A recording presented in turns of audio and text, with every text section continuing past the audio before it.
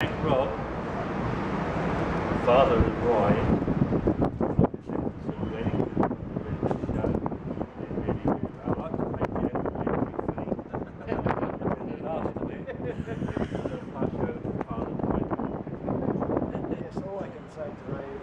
great morning. The ladies meet each other basically. Personalised tour here. So it's great ringing the bells and actually being and having a lovely hostess to all the things around. Maybe last of all we'd like to say hello to our sister, elder sister Chris back in England who wasn't able to be here, and a couple of other brothers, and say we know about her and we wish them all the best and we wish they were here.